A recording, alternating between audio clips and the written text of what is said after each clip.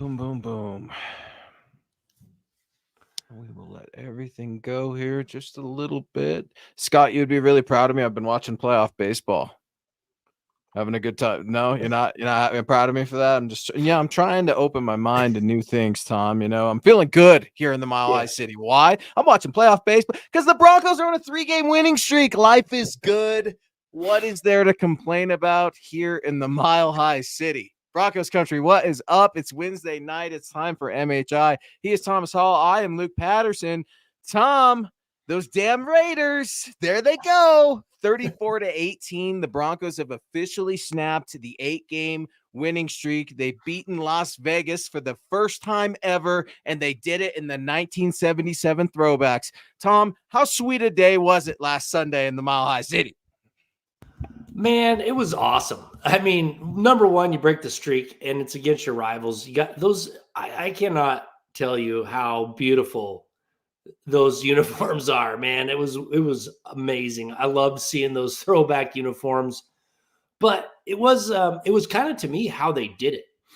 I've been talking a lot about how they've had this, bunch of players that have only known nothing but losing, and you go down 10-0 pretty quickly.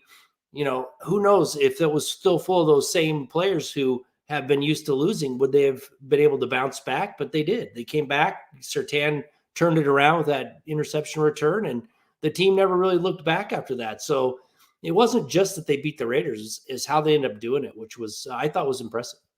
Yeah, there's a lot to get to in that Raiders game. Some leftovers, if you will, and we will get into that. And speaking of Pat Surtain, he was officially named Defensive Player of the Week. You can read about it over at milehighhuddle.com. You're exactly right, Tom. That pick six changed the game. One of my biggest takeaways. You could also read at milehighhuddle.com. I mean, the Broncos defense benched Gardner Minshew. That's pretty much what happened. He hung around for a little bit. That first drive with Brock Bowers, freak play, right? I don't know about you, Tom. I'm thinking, here we go again. Yeah.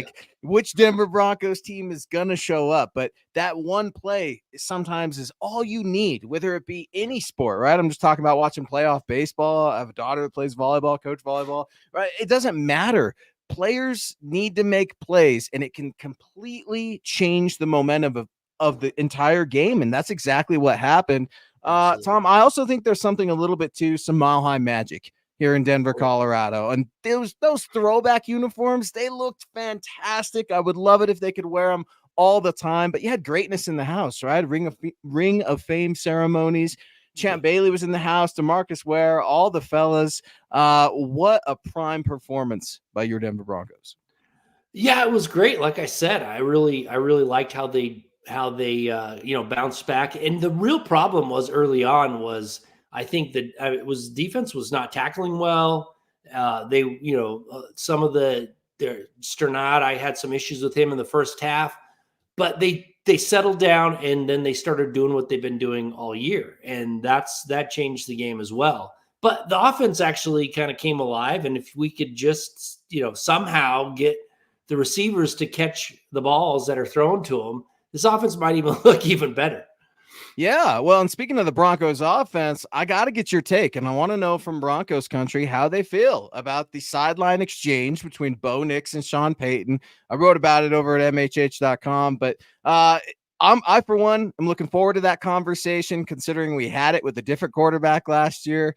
There's bound to be a little screaming and yelling on an NFL sideline. But before we get too much down the road of this show, thoughts and prayers to everybody out there who has been affected by past and present hurricanes, including Hurricane Milton. David Yonkin, thoughts and prayers for you and the rest of Broncos country out in Florida. I've got friends in Tampa. I've got family in Florida.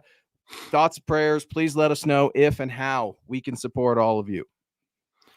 Yeah, for sure. I mean, I know people that are down in Florida, wishing the best, and it can be pretty dangerous. So I'm glad people are evacuating, even though it's a slow process. It's probably the safest thing to do.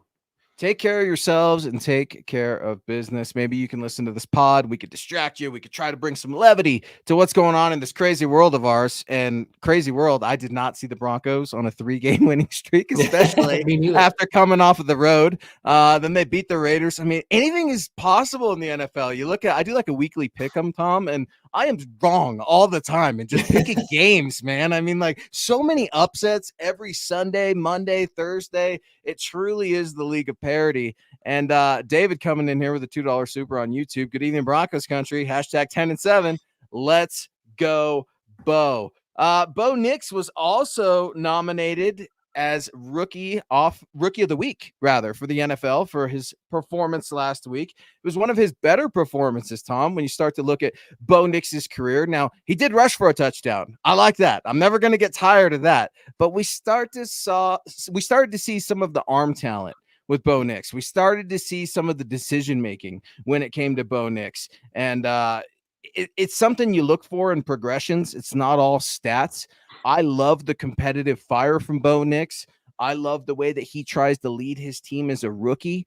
I love that he stays away from the cameras. And I like the attitude from Bo Nix. Tom, what was your reaction when you saw Bo Nix and Sean Payton jawing at each other on the sideline? Bo demonstratively louder than Sean Payton, at least looked that way watching on the couch. What'd you make of that whole little exchange? Because it's all over social media. It's all over X. Coach is talking about it. Bo's talking about it. PS2's talking about it. What does Tom think about it? They're making a big deal about it because it's the exact opposite of what happened when Russell Wilson got yelled at by Sean Payton. He just sat there and took it. So they're making I don't make a big deal out of it. People get fired up. It's one of those games that has a lot of intensity.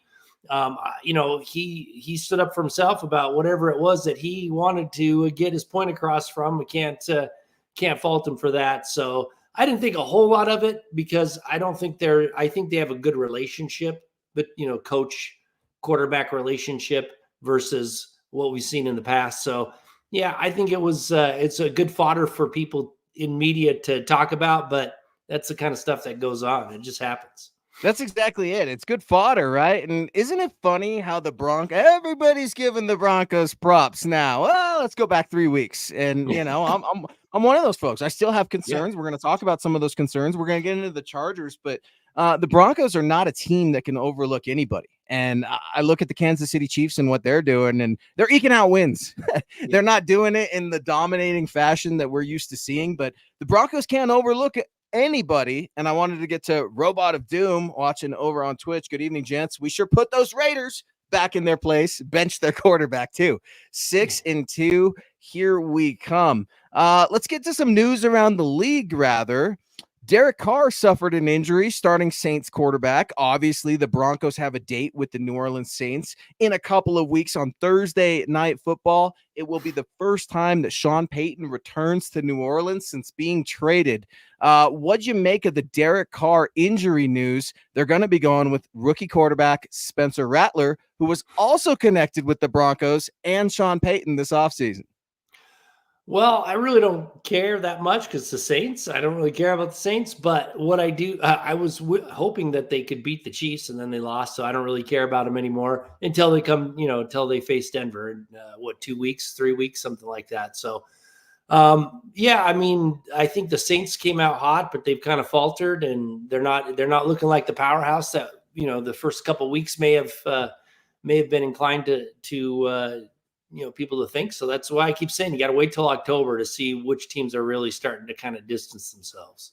Well, I'll push back against that. I care a lot because I would rather have a rookie quarterback in there going against the Broncos in 2 weeks. Now, I'm not overlooking the Chargers. I'm not chalking this up to an easy win. There's no such thing in the NFL. But if Derek Carr's not able to go, that is an advantage for the Denver Broncos. He is an experienced quarterback. I'm not saying he's the guy that I would take to lead my franchise, but the news was just kind of interesting because I know Broncos country have been watching. We've got that one circled. Why? It's one of the, if not the only primetime games that the Broncos have this year. We'll see if they get flexed in anything, if they're still winning later down in the road, but it's a weekly thing here with your Denver Broncos, but you guys have got to be feeling really good. They're 3-2. They are in command of their own destiny, if you will. The AFC West is wide open. and it's very competitive. I still wouldn't overlook the Raiders in game 2 later down the road either. It's in Las Vegas. You've never won in SoFi. Speaking of the Chargers coming to town in Denver this Sunday. But a lot of other news going around the NFL as well. Tom, the Jets fired head coach Robert Saleh. I like to think the Broncos had something to do with that, putting them on that 2-game losing streak, if you will. What'd you make of that? Because there were some initial reports that Saleh had considered possibly removing or taking play calling away from former Broncos head coach and current New York Jets offensive coordinator Nathaniel Hackett. I'm of the opinion Nathaniel Hackett went crying to daddy. Daddy's name is Aaron Rodgers, and the rest is history. Robert Saleh is out. Yeah, I can't believe that they made that hire in the first place, unless it was all just to get Aaron Rodgers or whatever. I mean, it was one of those head scratchers for me when they made it in the first place. I mean, Robert Saleh, he's had a rough go. He's not had a good quarterback, and when he got Aaron Rodgers, he lasted 5 seconds there last year. So, I mean, I think he's a pretty good defensive coordinator. It's the Jets are a mess, man. They're a mess. There's like 9 teams that have won more Super Bowls since the merger than the Jets have won division titles. That's how bad it's been for the Jets. 2 division titles since 1970. So, until they get that figured out, I mean, I think it's going to be another revolving door at that head coach position. Ooh, the New York Jets, man. Who thought we would be in a position to be making fun of another team and their success or lack thereof? And here we are staring down the barrel of the Chargers coming to Denver for a week 6 matchup. Miguel coming in here real quick. I almost stuttered there. New Mexico representing Broncos country. Thomas, what's the costume? I can't wait anymore. Well, should I just give it up there? Or should I just let everybody know? I think you need to show up to MHI the weekend before Halloween in full costume gear, and we'll just do the show that way. We'll rock it. Broncos country's been wondering. We've been teasing this since training camp. What is Thomas's costume? I know what it is. I'm not going to give any spoilers. Maybe we will let that simmer a little bit on the stove.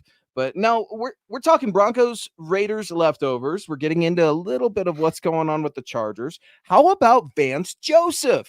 Vance Joseph getting some love from the guys over at Good Morning Football. Peter Schrager gave him Coach of the Week. I wrote an article about it over at milehighhuddle.com. Tom, what's the difference this year for Vance Joseph? Because they got skunked 70-10 by the Dolphins in 2023. The Broncos defense went from 32 to number 3 in scoring. Scratching my head. A lot of the same players. Yeah, well, I think it starts with the defensive line and the edge rushers. I mean, I had my suspicions about whether they were going to be any better than they were last year. They are so much better. Defensive line is unquestionably better with the changes they made from last year, and they're getting pressure off the edge as well.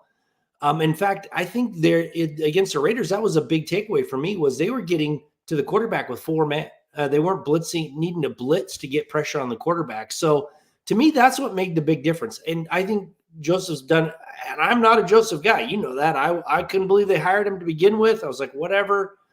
He has been coaching really well. He's had that team ready to play every week. Now they're a little soft against the run, still not bad, but a little bit. But other than that, I've been impressed with it. Yeah, I wonder if Sean Payton has something to do with it. I wonder if he told Vance Joseph, you need to learn to blitz. We're going to blitz. We're going to be a blitzing team, a blitz-heavy team. It's one of the reasons I wanted Rex Ryan here, right? Like, I just want somebody that's not afraid to attack an opposing quarterback, because you can't just always play back on your heels. Eventually, you'll get beat. There are a lot of bright pieces on that Broncos defense. You're exactly right. Riley Moss is playing out of his mind right now. The defense has an interception for Riley Moss, right? 3 total for the Denver Broncos, 2 for PS2, including a house call. And then Riley Moss gets a pick. He's one of the best corners at this point in the season here in 2024 in the NFL. I know Nick's really, really pumped, right? One of his Iowa Hawkeyes is just absolutely dominating for the Denver Broncos. I love to see it, man. But there's still some concerns. We're talking about the functionality of this offense. We're talking about play calling. Well, we're going to get to the injury report here in a little bit for the Denver Broncos and the Chargers. I'm going to ask Tom about one of his favorite players, what's going on with his health, so stay tuned. Ralph Bracegirdle coming in over on Facebook. Appreciate you so much. I hardly ever catch a live show. I just listen while I'm at work. You guys are a bit uglier than I thought, and they're absolutely killing it. The Broncos defense will kill the Chargers, and our offense will not hurt us. Ralph, that means a lot, man, that you're listening to the show while you're working. I know so many people support the podcast, even though they can't watch live. It means a lot to us. And yeah, we're just getting ready for Halloween. That's all this is. Yeah, exactly. No, a lot of fun, man. A lot of fun. Listen, the practice window is opened for 2 Denver Broncos, something that we can be excited about because the run game just hasn't gotten going. Now, whether or not Audric Estime is going to come off of IR remains to be seen. He was practicing today. A lot of momentum with the Broncos rookie coming out of training camp. He wasn't ever projected to be the starter, but the Broncos are looking for something in the running game. And Tyler Bidet was well on his way to getting that fire ignited, only to get injured, and the fire's been extinguished for a little bit. Javonte Williams had a very good game against the Raiders, ran with purpose, north-south. I don't know if I love him leaping in the air, with his injury history and stuff like that. I love the hurdles, but Audric Estime with the ankle practicing today, as well as cornerback Damarri Mathis with an ankle returned at practice today. Tom, I'm looking at both these players, Audric Estime, Damarri Mathis. Let's say we get them back for the Chargers. They're 100%. I'm looking at the players playing in front of them right now, and that would be Riley Moss if you're Damarri Mathis and Javonte Williams if you're Audric Estime. Is there room for these 2 players on the field right now for the Denver Broncos? Yeah, not Damarri Mathis. I mean, if you look at the snap counts, I mean, it's Riley Moss, it's Jaquan McMillan, it's Pat Surtain, and any of the backup corners played very, very little. Even their pickup, Levi Wallace, has played very, very little. So Damarri Mathis doesn't have a spot on the defense unless someone gets hurt or they need that extra corner for some reason. Even though from all reports he's playing pretty well in preseason, he lost a lot of time. Now there is a spot for Estime, in my opinion. I think they need that 1-2 punch. I don't think McLaughlin's it. I mean, I like the guy and he's good. He's a decent player. They need another player who can go out there and bang in between the tackles. I think if Estime is good to go, they should start feeding him the ball and leave Mathis. To me, could be an inactive. I don't think he has a role yet, unless there's an injury. And hope, knock on wood, that there isn't one. Yeah, Zach Allen was limited today, non-injury related thing. It was a rest day for Zach Allen, who, God forbid, he gets a rest day because he's playing out of his mind, right? You need to kick back, get in the training room, ice up, do what you got to do, Zach Allen, because you've been playing out of your mind. Jonathan Franklin Myers, he was limited as well with a shoulder.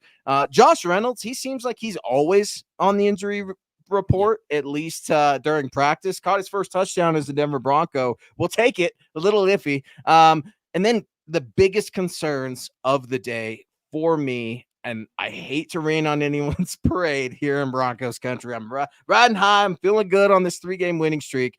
But your guy, Tom, backup tackle Alex Palczewski, who has been filling in for the injured Mike McGlinchey on IR. Well, he didn't practice today. Ankle injury. Luke Wattenberg, starting center. He didn't practice today either. Another ankle. So you're looking at 2 ankle injuries with 2 potential starting offensive linemen as it sits in week 6. I know the Broncos brought Cam Fleming back. Tom, is the offensive line a concern against the Chargers? Yes, absolutely. I mean, they're down to their 3rd right tackle now. I mean, Palczewski was playing pretty well. I mean, it's a tough call going up against Max Crosby. Gave up a couple sacks, but playing pretty well. Now you got to bring in Cam Fleming. That's probably who you're going to slot in there. He's coming in off the street basically. He should be ready though, right? He's been with the Broncos for like a million years, it feels like. Yeah, I mean, he's capable. Don't get me wrong, but anytime you're getting to your 3rd guy in the rotation out of necessity, that doesn't bode well. Center Luke Wattenberg, he hasn't played great, but obviously he won the starting role. So whoever's behind him isn't any better. So it does worry me a little bit to have that banged up offensive line. I mean, I don't know who they're going to slot in there at right tackle, but you got another couple weeks before McGlinchey comes back, so it's not good. Yeah, you're hoping Palczewski can go, right? You're hoping the week lasts a little bit longer if you're in Denver, right? You're at home this week, so maybe he can get a little extra care in the training room. I don't know. I'm trying to be hopeful and optimistic about him playing because last I checked, Khalil Mack is still a Los Angeles Charger. Has definitely had success against the Denver Broncos. Now, the Chargers are banged up as well, Tom. So that's some of the good news if you're looking at it. I'm trying to pull the Chargers injury report here. Yeah, it's just like the Raiders, man. You can almost feel, you can almost feel the entire team and some of their big starters. I mean, Justin Herbert's been banged up since the year started. He was limited today with an ankle. Khalil Mack, they rested him today, non-injury related illness. Very, I don't know, similar to Zach Allen, just a rest day. Santi Samuel Jr., I've liked watching him play. I liked him coming out of college a lot. He was limited. Rashawn Slater, speaking of offensive tackles that are hurt, Chargers offensive tackle, they're looking at a similar problem that we are here in Denver, where you've got a dynamic Broncos pass rush, and Rashawn Slater has been outstanding in his young NFL career thus far. But this should absolutely be a game that the Broncos have to win. This is a must-win game. And I love getting into the arguments with everybody. Oh, what's a must-win game and what's not? Home games. Home games you have to win. You have an advantage. Broncos country cooks up a little something special, some Mile High magic for us here, and we need to keep it going. But they've been burned before, Tom. You like to talk about that a lot. And it was so significant to me to see them take steps in front of Broncos country, them being the Broncos against the Raiders. Bo Nix, Sean Payton getting after each other. I love it. I think Bo Nix earned some respect points, some mass huevos, if you will, to get after Sean Payton. And I've said it since we've been on this show, since Bo's been here. He is in the image of Sean Payton. I think Sean sees a little bit of himself in Bo, for better or worse. That remains to be seen. But to see Pat Surtain provide a play when the Broncos needed it most. Interceptions hasn't been something that he's done particularly well in his career. He locks down receivers and quarterbacks don't throw at him. That's kind of what's happened. But to finally see record-setting days from the Broncos, a 100-yard house call from Pat Surtain, franchise history right there. Bo Nix spreading the ball out to 11 different players. I love to see that, being the first rookie quarterback ever to win 3 games. We are literally seeing the growth in real time. Cecil Lammey came on this show last week, Tom. He said it's time to Bo leave, and damn, he was right, at least for last week. Yeah, and I would just say, too, that the reason why I think this is a must-win, too, if they have any aspirations of going to playoffs, you've got to win your home games against division rivals. You have to in your division. If you can't, then you're not going anywhere. So, that, if they can win all of their home games against their division rivals and steal one on the road, that puts them in prime position for the playoffs. Prime, actually, position to maybe even challenge for the division title. So that's why it's important. Stop it. I'm just saying, if they have that aspiration, I'm still not, I'm still wondering if they can keep up what they're doing. To me, but if they can, that's what you have to do. So I just keep going back to this game, the way they end up coming back, after getting down quickly and being able to turn it around and rally and then just kind of blow them away in the second half was telling about the difference between this team and other teams that the Broncos had over the last several years. And like I said, you get that losing mentality out of the system. You get some new young people, you get some winners, people from winning teams coming in. They know not to panic or give up or whatever. And that's what they did. And that was impressive, because when I first saw the first score, I'm like, oh man, this is not going well. And then of course it definitely turned around, which was great. Yeah, the Broncos also brought in a new wide receiver, Tom. I don't know if you saw this. A.T. Perry. He's on their practice squad now. He originally had 12 catches, 4 touchdowns for the Saints back in 2023. He's been hurt largely, hand injury, hammy this year. I don't know. What do you make of the move? It seems to me like Sean Payton's just looking for anybody that's willing to write a play. I'm writing up my keys to victory that will be released on Friday morning over milehighhuddle.com. And I'm looking at the Broncos playmakers, or lack thereof, Tom, and I'm watching film. I'm looking at some stats. It's not pretty because they don't have many. It's a handful of guys. Only one player on this team has multiple touchdowns, and his name isn't Bo Nix. Do you know who that is? Trying to think off the top of my head. Multiple Up touchdowns on offense, on obviously, because offense. defense been carrying the load for everybody. McLaughlin. Yes, sir. Yeah. Jaleel McLaughlin, the only guy to have 2 touchdowns whose name is not Bo Nix, because Yeah. Bo's willing to get it done on the ground if he has to. The Broncos need to figure out a way to get Jaleel involved. Stay tuned for my article coming out this Friday. I will let you know how they should do it. Let's open it up to the chat here. I want to see what you guys are thinking. How are we feeling a little bit? I see the Ferris Bueller thing going on in here. I didn't get that, Tom, and I like Ferris Bueller a lot. But Ferris Bueller and Bo Nix, and I think Sean Payton, that was a really horrible comparison, if I'm being honest. I don't know. Maybe it's just me. Maybe I didn't like it. But when coach is like, he's got a little Ferris Bueller in him, and we need to get him to stop all that. I'm thinking, what are you talking about? He didn't take the day off. Maybe he's just doing whatever he wants. I don't know, Tom. That one went right over my head. I thought it was a bad funny, if you will, for Sean Payton.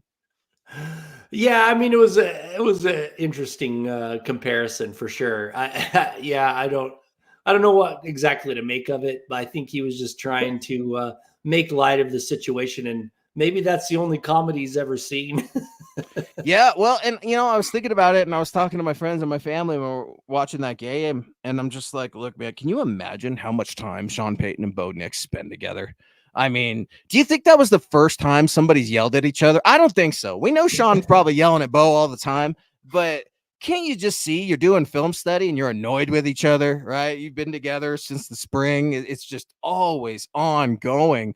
I think they just, they had a moment and they had a passionate tiff, if you will, which we all do at times, of course, in our lives. I loved it, man. I know it's not ultimately defining moment for a team in the regular season, but it was something that I haven't seen in, I don't know, almost 10 years since Peyton Manning rode off into the sunset. And that was passion.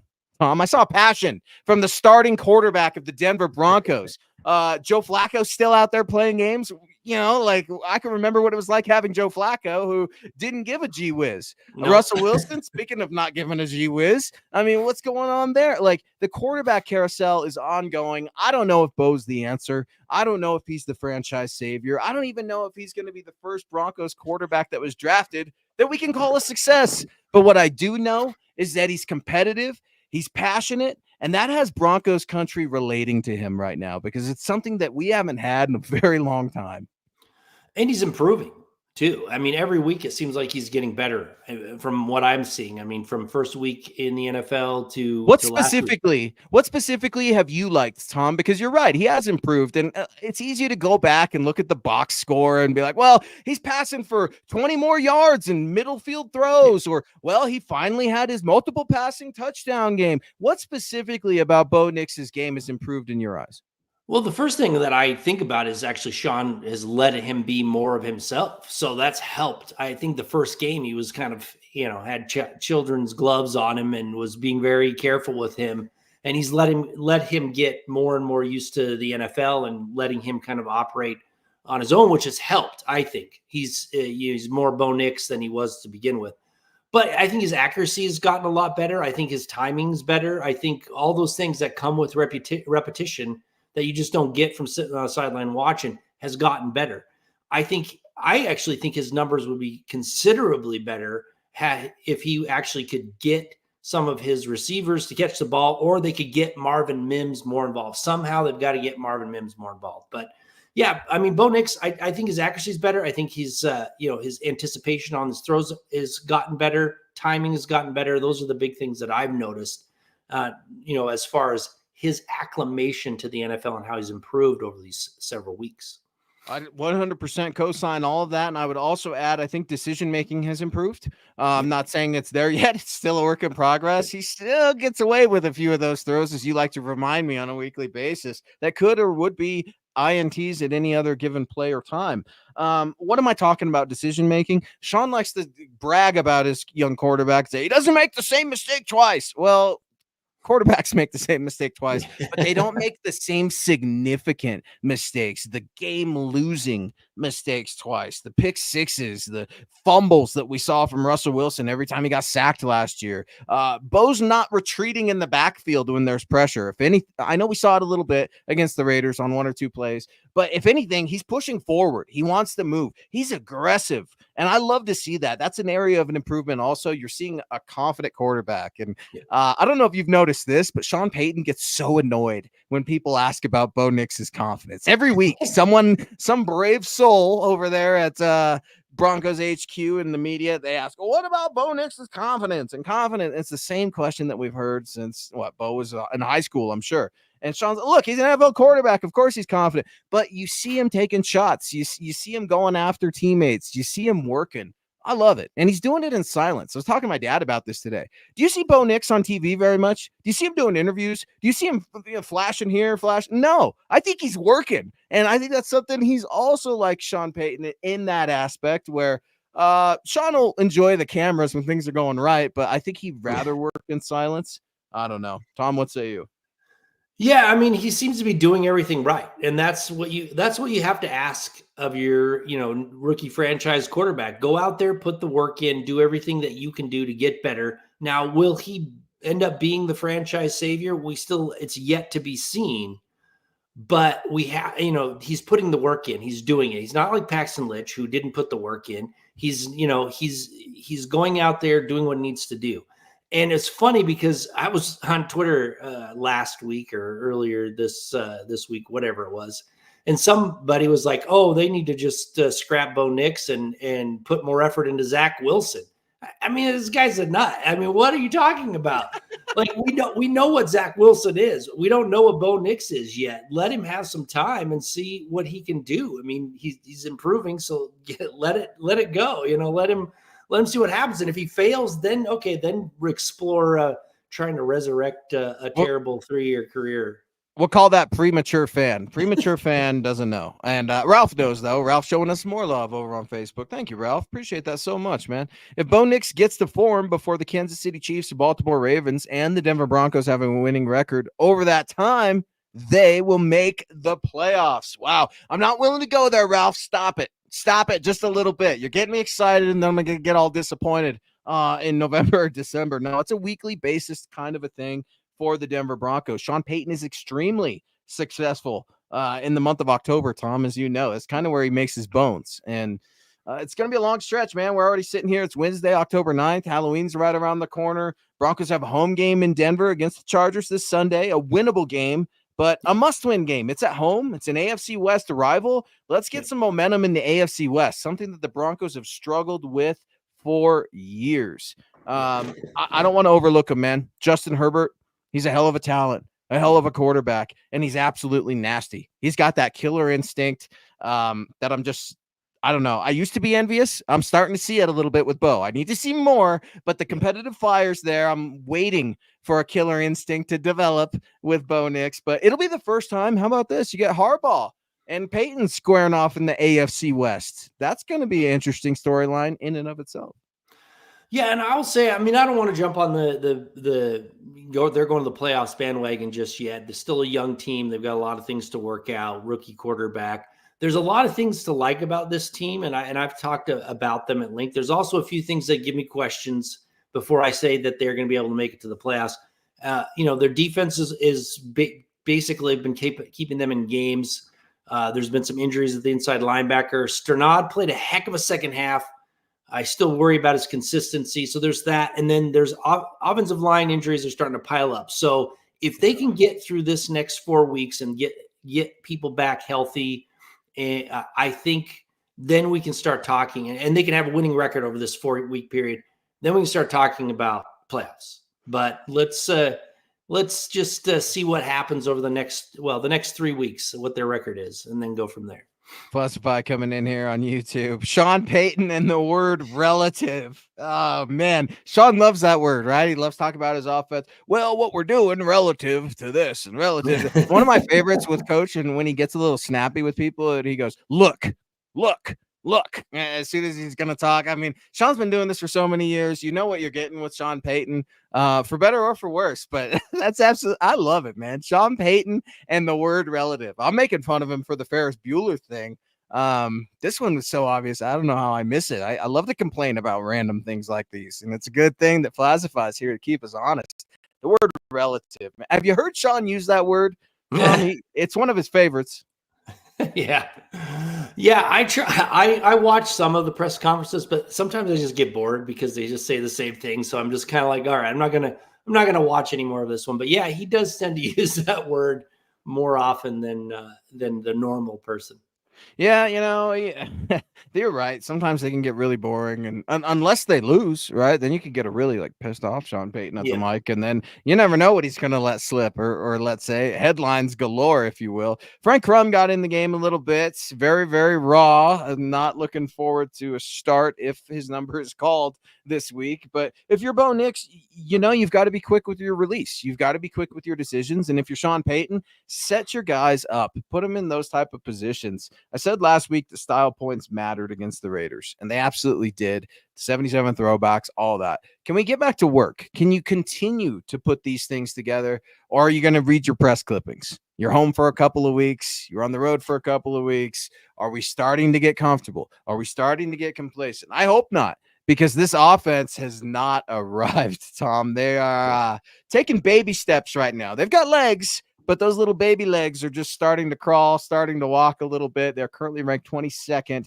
with an average of 19.2 points per game, also in the bottom half for almost every offensive statistical category. First downs are getting better, Tom. That's obviously the big one for me, right? You've got to be able to win the battle of the chains and moving the chains, but time of possession, that's going to be a big one, especially as these injuries start to add up. You want your big guys on the offensive line pushing forward with a rushing attack rather than retreating backwards with a rookie QB. Yeah, and I was going to say that I think they need to rely on their running game. They need to get it going. And if Estime's back and is healthy and ready to go, I think that 1-2 punches him and Javonte should help. I mean, I'm hoping it helps. They've got to get a better running game. I know they kind of came alive this last weekend, but they need to be able to rely on it more, especially with the injuries on the offensive line. So hopefully they can have a nice 1-2 punch, bring in a third down guy to change a pace with McLaughlin. But you're absolutely right. I mean, for this defense, I think if you can keep them healthy, and I've looked at the numbers. There's no wearing a defense out that at the end they tank, they get all gassed and tank out. If you're a good defense, you're a good defense. But what I do believe is the more time you spend on the field, the more apt you are to get injuries. So the offense has to start doing their part to keep this Denver defense healthy for the rest of the season, to keep that good defense going. And if they can't keep up that in the bargain, the Chargers, and then they get into more meat of their schedule, then they're going to be on the outside looking in. So the offense has got to start coming alive game in and game out, really. It can't be any more of this, barely getting down the field. Well, they're not getting worse, but they're barely getting better, right? They took a stop. They took a step in the right direction last week. Significant step, if you will, but sure. They haven't arrived, and nobody's celebrating it, and it's still the weakest point of this football team. It's Wednesday night. This is MHI. He is Thomas Hall. I'm Luke Patterson, Scott in the ones and twos. Give us a follow over on X at MHI_pod. If you'd like to reach out to Tom, that's at Thomas Hall NFL over on X. Yours truly at Luke Patterson LP. Scott is at Scout Kennedy. Do the Broncos have a tight end these days, Tom? Because I can't tell. I wrote about it in week 2. I saw Eric wrote about it today. He's waving the weak flag today, or the white flag today on Greg Dulcich. I waved it in week 2. He's a lot more patient than me. One of my biggest takeaways after the Steelers and watching Greg Dulcich on the field with my own 2 eyes.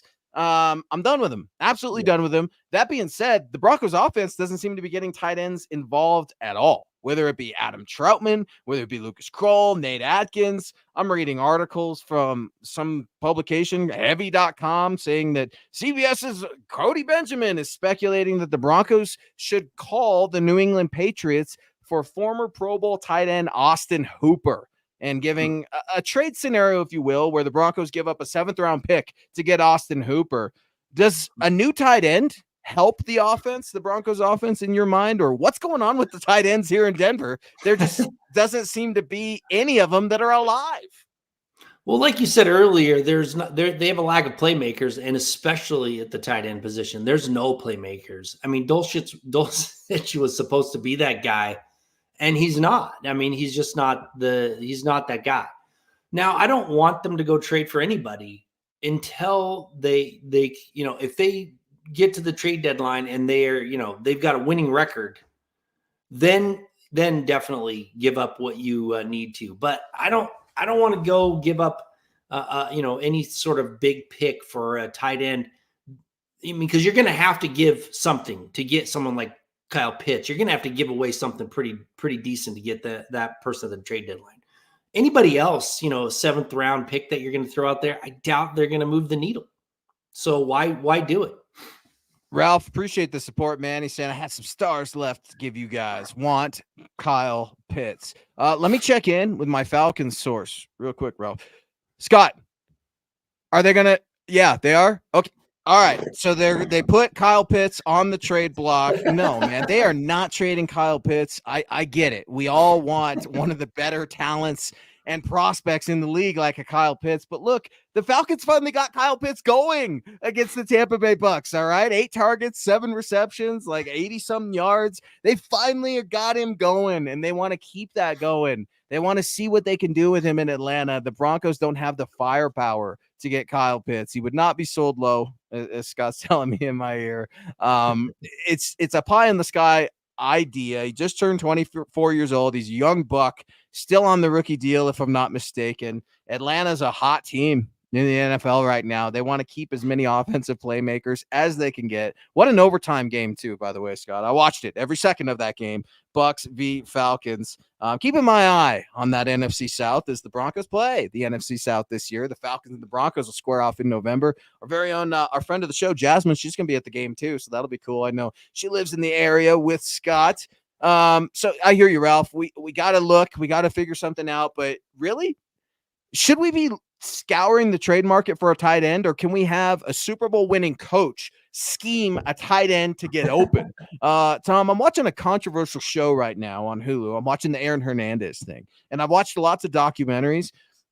It's always fascinating to me who they get to play as actors for these guys and if they can truly emulate who they are. I have no idea who Aaron Hernandez was, never met him, never anything. But like, you see the Bill Belichick stuff going on Twitter, the guy that's playing Bill Belichick, the guy that's playing Robert Gronkowski. Well, what about the guy that played Urban Meyer for me? I mean, he's literally drawing ways up to get his tight end involved, whether that's making him a running back like we saw back in the day with Aaron Hernandez. Like, do they have a playmaker at all? I don't think so. They don't even seem to scheme it, and that absolutely drives me crazy. I hear you. Adam Troutman, we need you, big guy. I need you in the run game this week. I might need you in pass protection this week, assuming Tom's guy, Alex Palczewski, can't go with that ankle injury. Assuming Luke Wattenberg can't go. Who's up if Luke can't go? Would it be Alex Forsythe, Bo Nix's former teammate from Oregon? Are we just having a duck party this Sunday? Last I checked, Justin Herbert was an Oregon Duck. You got Troy Franklin dropping balls out there. I mean, quack, quack. Yeah, for sure. I would just like to say one last thing about trading for a tight end. It'd be great if we could we could watch them go out and get Kyle Pitts.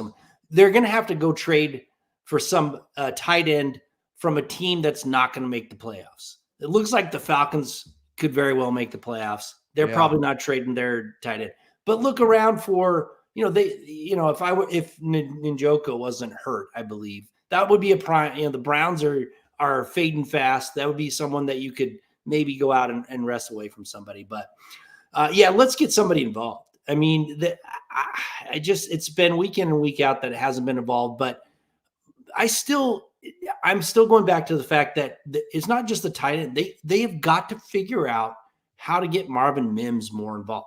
I'm going to die on that hill. Mims has to get more involved in the Broncos offense over any of the tight ends from my perspective. Never heard of him. I mean, seriously, is that like the Broncos should feel very fortunate right now when we're looking at things, right? That they are 3-2. They should be thanking the defense and Vance Joseph a lot, because to have zero production from your tight ends. I mean, that's what we're looking at. And I love it when people give me pushback. It's one of the reasons why I love having you and Scott on this show, because all we do is yell at each other every Wednesday night here on MHI. Todd's getting after me right now. Let's not pretend that Greg Dulcich has always sucked now. I didn't say that. I didn't say that he sucked. I'm saying that he's inefficient. Okay, I'm saying that he sucks. All right, like that's where we're at with Greg Dulcich. I don't want to get after you, Todd, but you might have Greg Dulcich on your fantasy team. Do you have Greg Dulcich on your fantasy team? Because these are the vibes I'm getting, brother. Because look, 4 games, 5 receptions for 28 yards. I mean, do we even need to activate this guy? This guy, I've heard about his potential coming out of UCLA. The only reason he was drafted is because he went to George Payton's college. I'm done with it. I was done with it in week 2. It took Eric until week 5, week 6. You can read about it over at milehighhuddle.com. But I'm just done with it. I've got nothing left for Greg Dulcich. I don't think Sean Payton does either. He's in the doghouse, Tom. Yeah, the problem is it's just like a lot of players with potential. They get hurt, they lose time, and they never realize that potential. And that's what's happened with Dulcich. I thought he was going to be a dynamic player. He looked like it, but he kept getting injured, kept missing time, and now I don't know if all that, those injuries and the time missed has kind of built up, and he's just not getting to the place where he should be right now in his career. And in fact, he's actually regressed from my point of view from when he was playing earlier in his career. He doesn't seem to be as dynamic as he was, and he's actually pretty much invisible. So, I mean, we're not trying to say that he has always sucked, but he is sucking right now, and that's probably has a lot to do with the fact that he's missed time and injuries. Well, change it. If you don't like how you're playing or not playing, change it. Figure it out in practice. Is it film? Is it the playbook? I don't know. I literally don't. We could speculate all day, but it's just so odd to me that you have a rookie quarterback out there at Bo Nix who has been anything but perfect. He's starting to get productive. They're starting to score some points, but he can walk off the field from Auburn and Oregon into the NFL and go through growing pains in 5 games?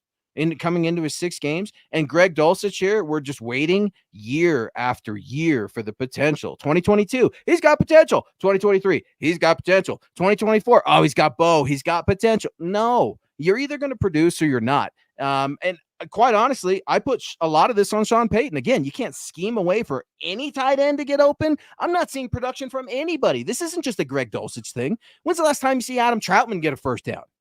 When's the last time? I mean, I'll wait. When's the last time? Lucas Kroll, everybody. He's so tall. He's going to catch all these red zone touchdowns. I haven't even seen a play schemed up for Big Cat. I mean, Sean, what are we doing here? You have got to start utilizing the tight end position. I get it. You don't have Jason Witten with the Cowboys, right? You don't have Jeremy Shockey with the Giants. You don't have Jimmy Graham with the Saints. I get it.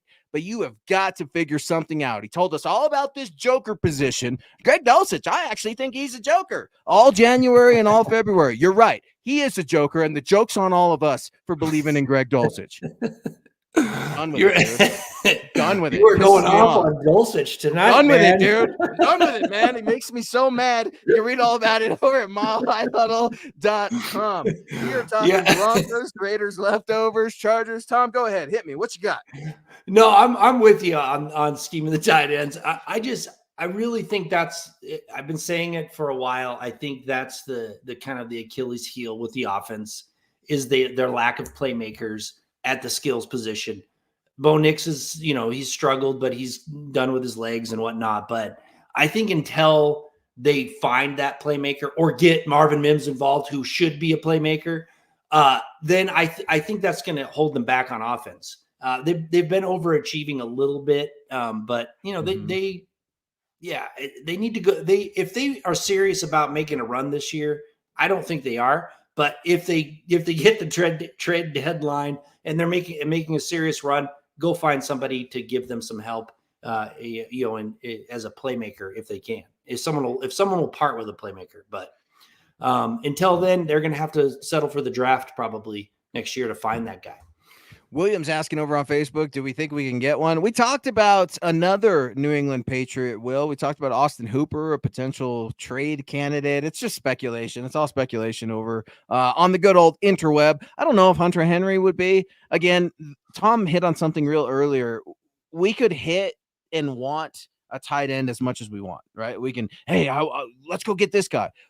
How much bargaining chip or leverage do the Denver Broncos have? They don't have a lot of capital to get rid of. What, you gonna trade Garrett Bowles? I know asked Cecil Lammy about that last week on this very show. I kind of wanted to earlier in the season. Now, if the Broncos offensive line is so damn hurt, I kind of don't. I mean, who are you comfortable giving up for a tight end? Is the tight end going to save all positions? No. Sean Payton has to figure out a way to get these guys involved. You're bringing up Marvin Mims, Tom, and we did have a Marvin Mims offensive sighting. Maybe we need to start like a tracker, a Marvin Mims tracker on offense where we can get a sighting of him just to make sure he's still alive. I see him in the return game all the time, but one reception, one target for what, 7 or 8 yards against the Raiders? I don't get it. He caught the ball, and then the Broncos offense just, nope, we're going away from you. Enjoy the return game. I don't understand it. I think it's too early in the season to start going away from some of these guys. I mean, what cardinal sin did Marvin Mims do that he can't seem to even get a target? I don't know. Is it a Sean Payton thing or is it a Marvin Mims thing? I have no idea, but you can see that his ability easily. I mean, on the end around or jet sweep or whatever you want to call it there, he got the ball in space in a rushing play. I mean, you can see his dynamic playmaking ability. You can see it when he's got the ball in his hands, when he's on a return. Figure out a way to get the ball in his hands in the passing game somehow. That's all we're asking. Just figure out a way to do it. I mean, we've seen, I mean, little Jordan Humphrey, you know, the guy plays hard, and we've seen him play for several years now. He's not a dynamic playmaker. Marvin hey, how dare you? Marvin, not lately. Little Jordan Humphrey, I would take that big cat all day. He's getting but yeah, they're feeding him the ball. I mean, they've been passing the ball to him a lot. Start passing the ball to Marvin Mims. I mean, come on, figure out a way. You're the head coach. Figure out a way to get Marvin Mims involved in the passing game. Get the ball in his hands somehow and see what happens. If he fails, fine, but I don't think he will. He's a playmaker. Troy Franklin failed, and we'll see if he's out there this week, right? Yeah, Sean Payton, big man, really big. If anybody should have been yelling at anybody, both should have been yelling at that guy. It was a sweet pass, sweet deep touchdown pass. I mean, it would have been great in the box score too for Bo Nix, but I mean, that was a right on the money, perfect wide open pass, and he drops it. I mean, that's unforgivable. That would have been 4. That'd have been 3 passing for Bo, right? Yeah. Maybe, and then a rushing. But Pearl, I see you. Thank you for joining the show on MHI. Saying, man, I'm still bummed about Tim Patrick. I know we see Tim Patrick with the Detroit Lions. I'm rooting for the Tim Patrick and the Detroit Lions. The reason I pull your chat up, Pearl, 1, you're a good friend of the show, and we appreciate all your support. 2, I was just talking to Cecil about this, and he's like, dude, I think A.T. Perry has a little bit of Tim Patrick to his game. His partner, Andrew Mason, agreed. That caught my interest just a little bit when the Broncos announced that they signed former Saint, imagine that, Saints wide receiver A.T. Perry to the practice squad today. You can read about that. Kelberman's got a piece up at milehighhuddle.com. Looking for playmakers, looking for anybody that is willing to pop in here. It's a shame that Tyler Bidet is injured because he definitely provided that spark on offense there for a little bit. I'm looking for Cortland Sutton. We're talking, I'm screaming about Greg Dulcich. You're screaming about Marvin Mims. How about the team captain that the Denver Broncos they had to have? They just had to have him. And I was thinking about this. I was thinking about MHI and all of our friends here on this show when I was watching the Tampa Bay Bucks and the Atlanta Falcons. Why, you might ask? Not because of Justin Simmons. I see him doing big things for the Falcons and I support him, but because of Mike Evans. For a second straight week, I got to watch 2 out of 3 weeks Mike Evans play football. And the guy is old as dirt. He's always hurt. And he's always the alpha dog in the red zone. He is always pulling down the ball. He is just like, and then I look at Cortland Sutton. You're perfectly healthy. You're very happy. You got a rework deal.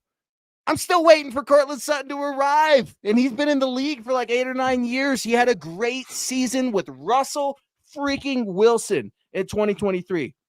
Can we get some momentum going with Knicks? Yeah, well, that's what I've been saying this entire time since the offseason. They lack playmakers at the skill position, and Cortland Sutton is. I like the guy, big body. He drops too many passes too. It's they got the drops. I don't know what's going on, but I think if they can get that figured out, if Cortland Sutton can get it figured out, and then get Marvin Mims involved, then this offense can be a little bit more dangerous. Not super dangerous, but a little bit more dangerous than they are right now. But yeah, I mean, Cortland Sutton, I'm looking at all the wide receivers. None of them are impressive to me. None of them I'm like looking at that get the ball often, get targets. I'm like, none of those players scare defensive coordinator at all. None.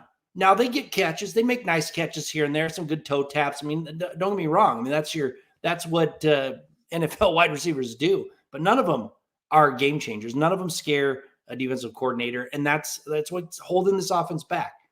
Until they can find somebody to do that, it's just going to kind of be just as what it is, kind of a good offense once in a while. I love a good conspiracy theory. So how about this? Maybe they're not trying to feed just one guy, so that way the defense doesn't know what doesn't hit them. I don't know.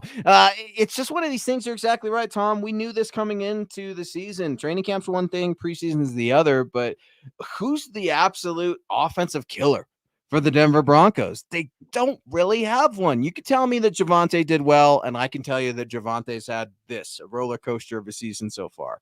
I'm telling you, Jaleel McLaughlin, only Bronco to have multiple touchdowns, whose name isn't Bo Nix. I don't think he's that alpha dog killer just yet. Maybe he could be. I don't know. We're waiting and we're going to find out. But it's another big one against the Chargers. We need an offensive hero. Defensive heroes, they've been showing up all year for the Denver Broncos, and two of them, namely Pat Surtain, Defensive Player of the Week. Read about it at milehighhuddle.com. He was a hero in that game because his pick six 100-yard franchise record completely changed everything for the Raiders, for the Broncos. Riley Moss capitalizes with an interception. PS2 bats a ball, gets his own pick. I mean, the defense has been rocking and rolling. Which offensive player is going to say, you know what? I got this. Put this on my back. It almost makes me wonder. I mean, is this type of game where you're looking at a Chargers defense with Asante Samuel Jr., who's banged up, James, who's banged up in that defensive secondary? Maybe you do tell your rookie quarterback, here's the time to hone in on number 14. I want you to go after him often. I mean, I just get done watching the Netflix series on receiver, right? Maybe you treat him like one of those guys, like a Devontae Adams, like a Justin Jefferson. I know he's not, but at least get the targets there. Let's at least see if we can get something going with Court. Yeah, for sure. I mean, you've got to keep going back to the well. I mean, you have to keep doing it. It's just like the running game. You can't just give up on it. You've got to keep doing it and see if you can make it happen, right? You have to, and keep going back to Cortland Sutton. Maybe he'll start to do it. But that's the thing. Someone made a comment in here. I can't remember what it was, that you double team Cortland Sutton and there's nobody else left. Yeah, but Cortland Sutton's got to beat that double team if he's going to be a star wide receiver. It's the way it is. I mean, if you're going to be a stud wide receiver, you got to beat the double team. I mean, that's and he's not that. Then that's the problem. He's a good wide receiver, not great.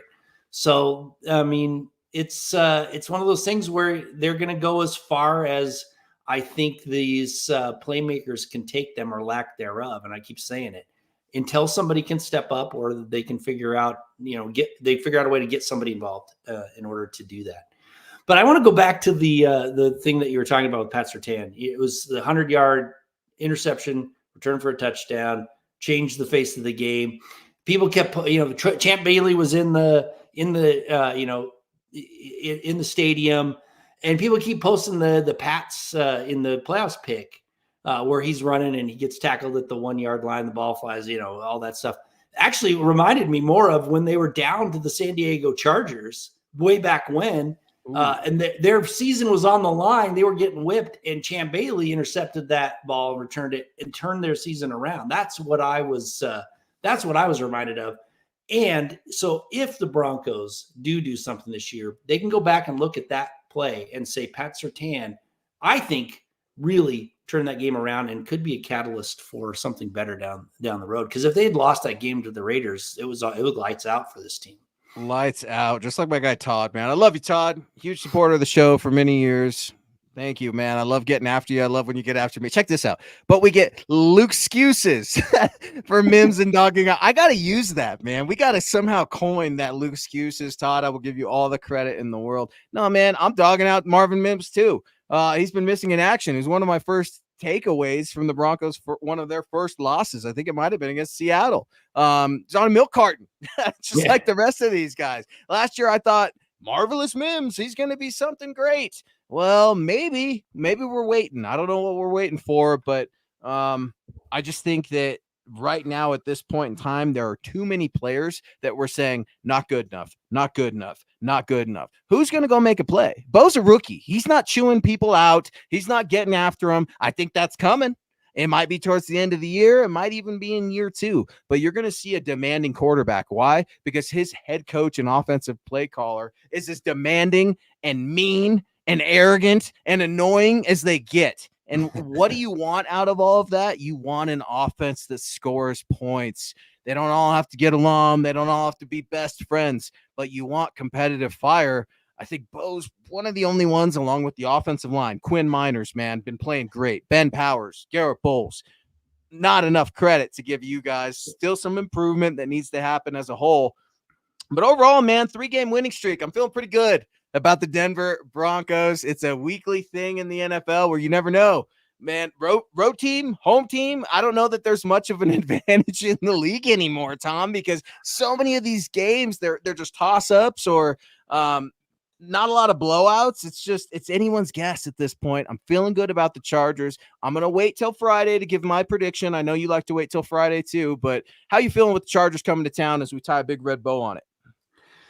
Well, the way the Broncos have been playing, I'm feeling pretty good about it. But some, who knows when they, kind of fall back to earth, so to speak, on defense or whatever. I don't know. I'm feeling it's a winnable game. That's all I'll say. The Broncos should beat the Chargers at home. Boom. They should. They have to. It's an AFC West opponent. You can't take Justin Herbert lightly. Harbaugh comes to town. That guy's always a character. And, guys, this hour always goes so fast. We got to get up on out of here. If you want to follow the pod, please do so at MHI_pod. If you'd like to reach out to Tom, that's over on X at Thomas Hall NFL. Scott's at Scout Kennedy. Yours truly at Luke Patterson LP. Good spirited debate in the comment section, man. It's fun when we can have these debates because nobody's really mad because the Broncos are winning, right? I can complain about Greg Dulcich all I want, and you can get after Marvin Mims, but they are winning right now. Is it sustainable? We don't know. We're hoping to get those guys involved, but another fun show, Tom. Yeah, and there's reasons to think it is. There's reasons to think it's not sustainable. So, I mean, I think I should write an article about the reasons why I think it's sustainable and reason why I don't. And that's why I'm on the fence still a little bit. And although I am on the Vance Joseph bandwagon now, and after this, I really am. So, which is something I thought I would never say. But me too, man. Go BJ, huh? Go BJ, huh? I know.